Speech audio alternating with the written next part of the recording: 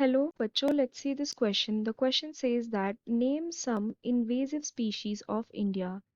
तो इस क्वेश्चन में हमसे बोला है कि इंडिया के कुछ इन्वेजिव स्पीशीज का हमें नाम देना है। ठीक है, तो सबसे पहले तो हम ये जानेंगे कि what is the meaning of invasive species. So the key concept of this question is regarding invasive species.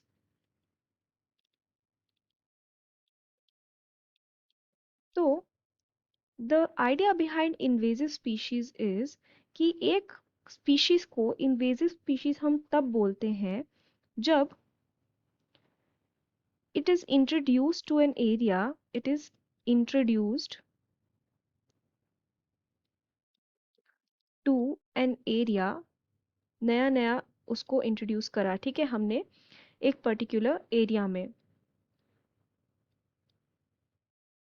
And उस एरिया में जाके it started it started reproducing rapidly reproducing rapidly, यानी कि बहुत ही हाई स्पीड में, तेजी से वो रिप्रोड्यूस करना उसने शुरू कर दिया, रिप्रोड्यूसिंग रैपिडली, जिसके कारण क्या हुआ कि their their number got increased, और we can say they started reproducing rapidly, increasing in high numbers. अब उनका नंबर इंक्रीज हो गया, तो एज अ रिजल्ट क्या होगा कि वहाँ के जितने भी रिसोर्सेज प्रेजेंट होंगे, वो उन रिसोर्सेज को कंज्यूम करके अपने आप को अपने आप सरवाइव करने की कोशिश करेगा। Okay, so increasing in high number but also consuming the majority of resources there in that area, majority of resources of that area। Okay, तो एज अ रिजल्ट क्या होता है कि सिंस ये स्पीशीज आके मेजॉरिटी ऑफ रिसोर्सेज को consume करता है, तो इसके कारण डिफिशिएंसी हो जाती है, creating a deficiency for other organisms present there. तो ऐसे स्पीशीज को बोलते हैं हम इन्वेजिव स्पीशीज। अब अगर दूसरे ऑर्गेनिजम्स को न्यूट्रिएंट डेफिशिएंसी हो रही है बिकॉज ऑफ द स्पीशीज, तो this can affect their survival.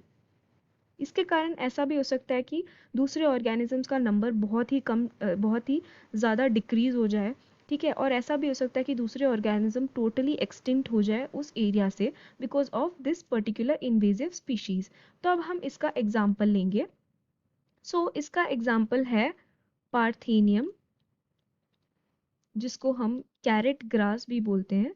तो ये ऐसा ग्रास है जिसको हमें जड़ से निकालना पड़ता है, and even after removing it it keeps on reproducing, और उस पर्टिकुलर एरिया के जितने भी प्लांट्स हैं उनको वो कर देता है न्यूट्रिएंट डेफिशिएंट। ठीक है, तो वहाँ के एरिया में, जैसे कि अगर ये किसी फार्म वगैरह में ये अगर उगने लग जाए, it is also like it is a kind of a weed. ठीक है, तो अगर वो वहाँ पे उगने लग जाए तो फार्म के अंदर जितने भी प्लांट्स ग्रो हो रहे हैं उनको वो न्यूट्रिएंट डेफिसिट कर देगा। ठीक है, न्यूट्रिएंट डिक्रीज कर देगा उनके लिए because it will consume all the nutrients. तो एक तो एग्जाम्पल हो गया पार्थेनियम। उसके अलावा another example is इकॉर्निया, जिसको हम वाटर हियासिंथ भी बोलते हैं।